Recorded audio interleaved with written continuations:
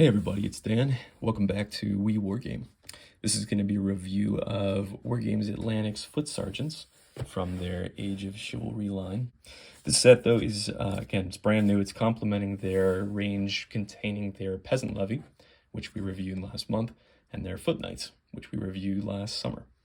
And this box is coming to me courtesy of my mom, which is not a joke. It was my birthday last week, and my mom had recently discovered this channel and asked, under the auspices of a birthday present, if she sent me a box of something, would I review it and would I paint it? And I said, of course I would. So it is a birthday present, so thank you for that, Mom. But I suspect she, more than anything, wanted to hear me say that this video is sponsored by my mom. So from all of us, thanks, Mom. I've mentioned now that I've done reviews of the Peasants and the Foot Knights from this same range, and I do recommend, if you haven't seen those reviews, that you give those at least a quick watch, because I'm going to probably lean on those reviews pretty heavily for this set, and I think it'll give you some good context for what I'm talking about here. In terms of what a Foot Sergeant is, there's some debate about that, and there was some debate going on in the Foot Knights kit review. But I think, kind of regardless of whether or not they were landowners, whether or not they were of the knightly class, I think that meant different things at different times and potentially for even different nationalities. I think you can decide that when you're putting these together and painting them up for yourselves. I think I'll speak to what Wargames Atlantic probably intended for this kit, which is that these were supposed to represent semi-professional or hired soldiers of the time who were not knights necessarily, right? But this, from an aesthetic standpoint, from an equipment standpoint, is designed to kind of slot in between the peasants, which were unarmored kind of militia, and the knights, which were the elite warriors of the time. These are going to be kind of something in between. And we'll see that carried through the aesthetic with their equipment. Take a look at that on the sprues, but I think that's what Wargames Atlantic is intending with this set. So the box layout is the same as what we've seen for all of their Age of Chivalry line. I will say I think their Age of Chivalry line is their strongest from a box layout standpoint and an art direction. I really like on the back how they've started photoshopping stuff so we can see a good idea of what's coming inside of the kit and what the equipment is going to be. So as with all of these reviews now, I've taken the sprues out of the kit, so we can take a look at them here. There's 24 models in this set as opposed to the 30 that came in the Peasant Levy box. 24 is the same number that came in the Foot Knights, but just something of note. It comes at a slightly lower price point. It's their standard $34.95 as of February 2025. That's the current MSRP, whereas the Peasant Levy came with, again, slightly more models, 30 models for a slightly higher price point at $39.95. So no bases inside of any Wargames Atlantic sets. That's another thing of note, but what you're going to get are 5 total sprues, and they're broken up between 4 of their main sprue and 1 of the weapon sprue that we saw in the Peasant Levy set. So if you've never watched any of my reviews, very briefly, the general format is we're going to go through each of these sprues in detail up close. I'm going to give you all the breakdown on like what bits are included. We'll then cut to some of these assembled figures. I'll do some kit bashes, do some scale comparisons, and I'll give you my final thoughts. So that's where we're headed. I think what I'll do here, I know we already reviewed it in the Peasant Levy, but just for posterity, for the sake of anybody that's not seen that one, let's just do a quick look at this weapon sprue. So what is noteworthy is that there's only 1 of the weapon sprue included inside of this kit, as opposed to 2 that came in the Peasant Levy. And I think the reason for that is actually twofold. The first is that, as I mentioned, there's fewer models inside of this kit, but also one big omission that I made in the Peasant Levy review is that about half of the arms, maybe even slightly more, on this sprue are armored in some way. So they come with either chainmail or padding. And the padded arms you can kind of get away with, but all of the torsos inside of the Peasant Levy set are completely unarmored. So it wouldn't make any sense to use a chainmail arm. And again, there are plenty of unarmored arms on here as well. But I'd say about half of them to slightly more than half have some kind of armor. And what that means for the Peasant Levy is that about half of the sprue isn't usable at all. And I think that's a big part of why they included 2 of the sprue for the Peasant Levy, whereas all of these arms could be usable inside of this kit. So anyway, in terms of breakdown, this is the one place where I'll give you a per kit breakdown, because the per sprue and the per kit breakdown is the same. Normally when I'm talking about number of bits, it's per sprue. But for these weapons, there's 22 spears, which again are broken up between two-handed and one-handed options. The two-handed options, you can see examples of it like here. And there's 6 pole arms, or halberds, kind of on this end, which very much look like those Bretonnian-style glaives. And I think that might be my only point of disappointment.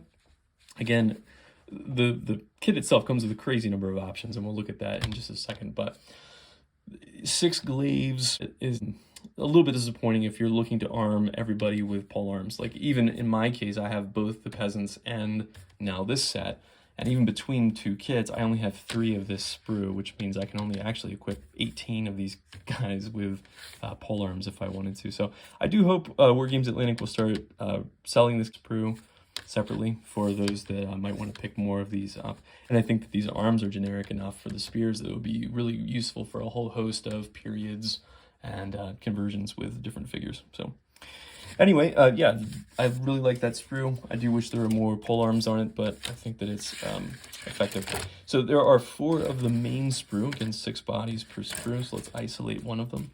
And then we're going to give you first a close-up shot of the sprues. And they went with the same split torso leg design with this one, as they've done now with both the Foot Knights and the Peasant Levy. And having now put both of those kits together, I can tell you that I really, really like that from a modeling standpoint. It takes a little bit of extra time, of course, to put them together, but it gives you just a ton of options in terms of how you can pose these figures. And I really didn't find any combinations on those Foot Knights or on the Peasant Levy that led to kind of posing that didn't make any sense. So let's start with bodies here, because there is something that jumped out at me here right away, which you might already be able to see, which is you have 6 pairs of legs per sprue, but you actually have 8 torsos. You can see them there. Now 4 of them have these sculpted left arms. This is very similar to what we saw with the Foot Knights, but the Foot Knights only had 6 torsos. And why this is so noteworthy to me is I think they actually did this in response to maybe feedback on the Foot Knight kit, because the problem with that one, if you watch that review, you may have heard me say, is that there actually weren't enough bodies like this, torsos, with unsculpted left arms to use all of the two-handed weapons in that kit. There were, I think, 4 two-handed weapons per sprue, and there were only 3 bodies that could accommodate a two-handed weapon. It was good for variety's sake, but if you wanted to use all the two-handed weapons, you couldn't actually do that. So I think they did this both to complement those two-handed weapons, because if you've got a lot of extra two-handed weapons from the Foot Knights, you could use them here, but also because, and I don't mean to jump all over the sprue, I'm just explaining why I think those torsos are there. You can see there's options here for crossbows, which wouldn't necessarily be holding a shield, right? So anyway, I think that's very clever, just to include 2 extra torsos here. I think that's smart from a layout standpoint. They were able to squeeze those in because it's going to give you a lot of options from a modeling standpoint. So in terms of equipment, I mentioned the armor here is something in between what we saw in the Peasants and the Foot Knights. These, you can see it's a combination of padded armor and chainmail with like a tabard over it. And this is the coolest, what they're doing now with these sculpted left arms for the shields. It creates a very convincing look once you have a shield glued on. And then the legs are, again, very similar. I see even the poses are very similar to what we saw with the Foot Knights, except that the legs going down to the feet don't have chainmail, which is also good. Again, we're trying to represent something between a knight and a peasant here. So it's good from an equipment standpoint that they've done this. But again, the sculpting's very crisp, very clean. Pretty much no mold lines to speak of. You can see like maybe a little bit there. Yeah, so the bodies look great. I really like what they've done in terms of design there. Let's talk about heads. I'm going to flip the sprue sideways just for 1 second so you can see the location, because there's truly, I think, unprecedented number of heads on this sprue. And that is 27 heads per sprue. Again, that's not per box, that's per sprue, which is a ratio, I think it's 4.5 to 1 of heads to bodies, which I don't think I've seen on any kit ever. And I'll categorize them here. Let's start down here at the bottom in a couple of different ways. So there are 9 of what I'm calling kettle helms, kind of late Crusade, and those are all down here. So you can see the sculpting is all very good, the faces are great. And I think that they complement some of the options that came in both the Knights and the Peasant set. You're going to have 7 that are unarmored, and 5 of those are located here, which actually look like some of the heads from the Peasant set, but a couple of them are new. And then if I flip the sprue, there are 2 more over here. So again, 7 heads. You've got 2 that have just this chainmail coif. There's this one here. And again, sorry to flip the sprue one more time, but you've got this one over here. And then if I flip the sprue yet again, what you've got on this other side are 7 conical helms, kind of like early medieval helms. See again a good mix of facial hair, of different kinds of coifs. Some of them have chainmail going all the way down. Some even like Norman style helms here. And you've got 2 kind of like rounded or skull cap style helms. So just a really strong showing here in terms of number of head options. Sculpting is really fantastic. The only point, and I forgot to mention this even on the legs, but you can see some of the chainmail. I think it's on the shallow side in terms of detail. I actually don't mind that, having painted a lot of chainmail from a lot of different manufacturers, because the opposite problem is worse, which is if the chainmail's too deep, it's really hard to paint. Like, it's hard to get paint down into the recesses. So I would prefer it to be on the shallow side, but I think it's holding plenty of detail here. Still, it's very obvious what it is compared to like this here, which is just a, you know, a flat piece of cloth. So anyway, otherwise, yeah, the sculpting is really fantastic. I love the character and emotion that they're able to convey with some of their faces.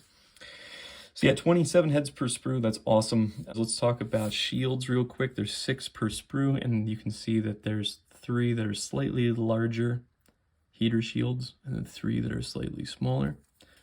And there's some sculpting on the back, showing kind of the straps. These are also handy for assembly, because the torsos, and this is mirroring what they did on their Foot Knights, the torsos have a contact point for these shields, so it makes it really, really easy to put them on in the correct orientation, which is sometimes hard to do. And then in terms of other weapons, so we mentioned the separate weapons sprue. There are 3 crossbow options per sprue, so 12 per set. And if you're not familiar with their numbering system, this is also on the accessory sprue.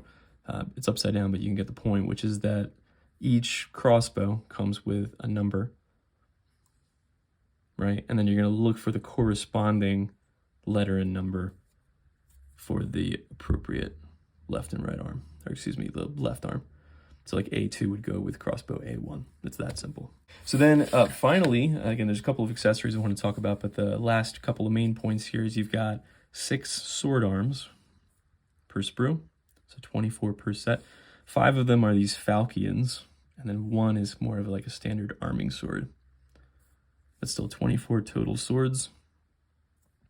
And then you've got 6 scabbards, which are also kind of in that falchion style design. Really like big, meaty looking swords, which are cool. And also distinct from their Foot Knights, which had more long swords in terms of what was in the scabbards. And then a handful of other accessories. So you've got a right arm here, or left arm, holding a kettle helm, which is similar to, we saw something like that on the Foot Knights, holding a great helm. And then a couple of like pouches. There's a bedroll here, another pouch in the middle. A couple command options. You got a spear. I find these spears a little bit short for like a standard, but they work in a pinch. And then a flask over here. It's cool, just little like dungeon dressing kind of accessories. And then a trumpeter arm. So anyway, yeah, I think a really, really strong showing. I keep saying it, but I think with each of these Age of Chivalry releases that they get a little bit better. It's like they learn a little bit from the last kit that they put out and give us something a little bit new. So curious to see where they go with the cavalry sets that are upcoming from this range. But in the meantime, while we've got it here, let's put some of these figures together. I'm going to kit bash some of the Foot Knight bits in here. I'm going to kit bash some of these accessories with some of my peasant levy, and then we'll do some scale comparisons. So I built up 4 models in each of the 4 weapon configurations that are available within the kit. And I think you'll agree they look pretty fantastic. So here's one that's a hand weapon and shield variant with a kettle helm. No issues in terms of assembly. Very easy to put together. Here's one with a polearm. Also with a kettle helm. One thing to pay attention to while assembling them is that I believe certain arms make more sense with certain torsos. So like this one's got a chainmail coif and chainmail sticking out down here, so it wouldn't make as much sense for the padded arms to be on this guy. So that was one thing that I was watching as I was assembling. Same thing here, like padded crossbow arms on the padded torso make more sense, but I went with the like Crusader style First Crusade helm with that guy. And then here's the spear option. So again, there's 4 different weapon variants. There's hand weapon and shield, polearm, crossbow, and the spear. And yeah, I think they look really, really good. From a kit bashing standpoint, like so the torso and legs from this figure are from the Peasant Levy set, and the arms and head are from the Foot Serjeants. So you can make some kind of lightly armored town watch. I thought that looked pretty cool. And then the opposite here, which is that I got Foot Knight bits. So that's a head and 2-handed weapon option from the Foot Knights box. And the torso and legs are from the Foot Serjeants to make kind of like a poor knight, I guess. So lots of kit bashing options between the sets. This is more just a proof of concept, why I rant and rave about certain things like making the spears a standalone conversion set, because this is an Oathmark Goblin, and I just dropped the arms on. I think I could do a little bit of cutting to make it more seamless, but you can see, I think that scales very nicely. And here's like, again, same thing. This is a Gripping Beast Viking Herdman, and I just dropped on, again, with no cutting, the spear option, the 2-handed spear option. I think it would be a really, really great thing to have for conversion work with other sets. But what do I know? So we've seen how they scale with other Wargames Atlantic Age of Chivalry stuff, but I wanted to do a quick spin on the turntable here with some other manufacturers, just to give you an idea of how they scale up with other companies. So every 3rd figure, just so you're prepared, is going to be a Wargames Atlantic Foot Sergeant. And I'll walk you through what we're looking at here. So we got a Foot Sergeant, Fireforge Games, Russian Infantry, Perry Miniatures, Foot Knight, Foot Sergeant, Games Workshop, Lord of the Rings, Games Workshop, Warhammer, Foot Sergeant, Victrix, Viking Huscarl, Oathmark Human Light Infantry, Wargames Atlantic Foot Sergeant, Gripping Beast, Welsh, Warlord Games, Wargames Atlantic Foot Sergeant. So what's the verdict? I think this is my favorite Age of Chivalry set so far. And this is probably the one that if I was going to recommend you just pick up one, it would probably be this one, because it's just such a perfect mid-range set between the Foot Knights and the Peasants in terms of what you could represent with it. Looking forward to the next 2 sets. I think it's going to be their Mounted Sergeants and Mounted Knights. So we'll keep a lookout for those. We should have reviews in short order. So as ever, I really appreciate you dropping by for this one. And until next time, happy gaming.